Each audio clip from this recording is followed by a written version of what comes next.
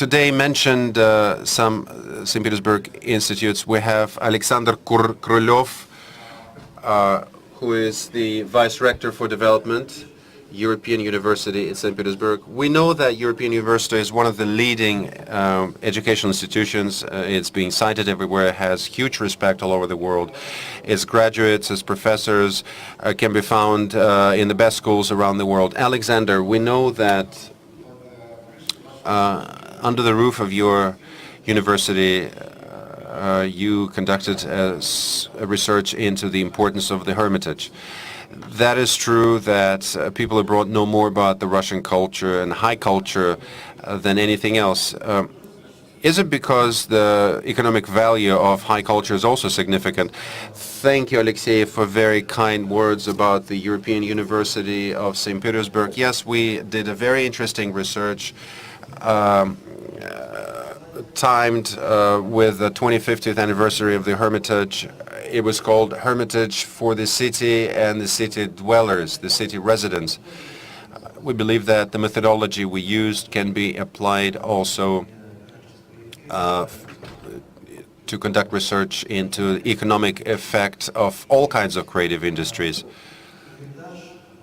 And the Hermitage, if you look at the data, every year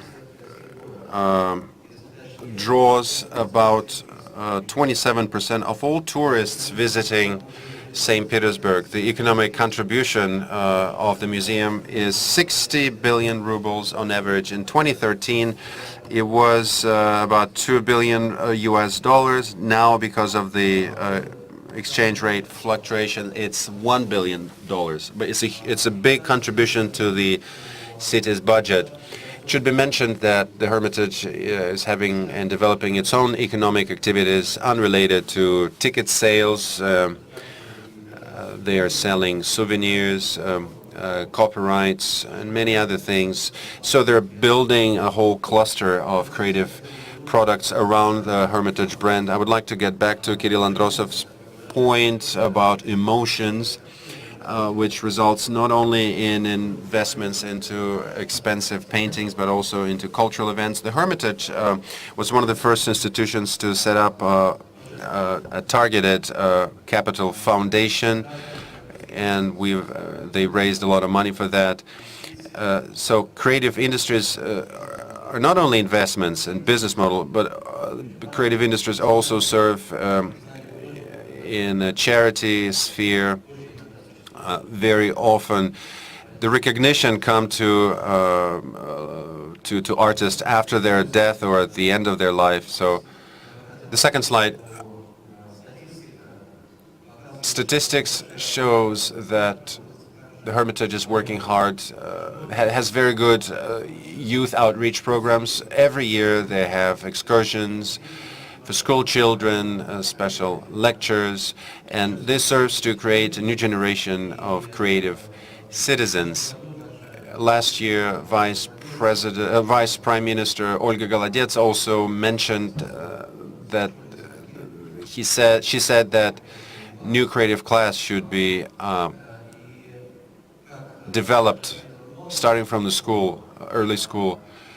As Nona Materkova mentioned, the Hermitage brand was largely established in the 19th century, but the Hermitage is actually making a huge contribution to the creation of the new creative class. I think we need to use such strong brands to create a new generation of creative people and new skills.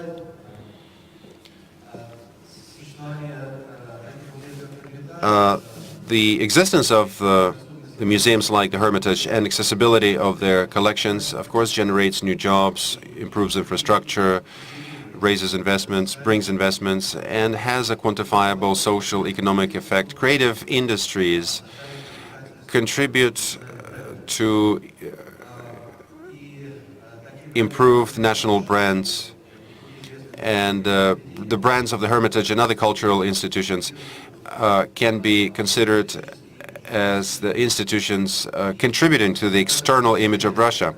In this sense, it is the large brands, as our Indian colleague has mentioned, your Prime Minister actually was talking about the importance of Bollywood in and its role in the development of the national economic strategy.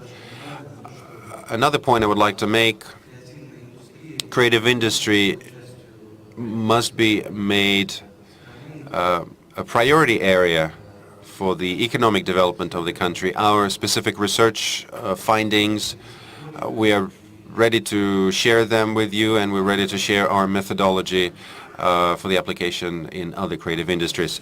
Thank you. Thank you, Alexander.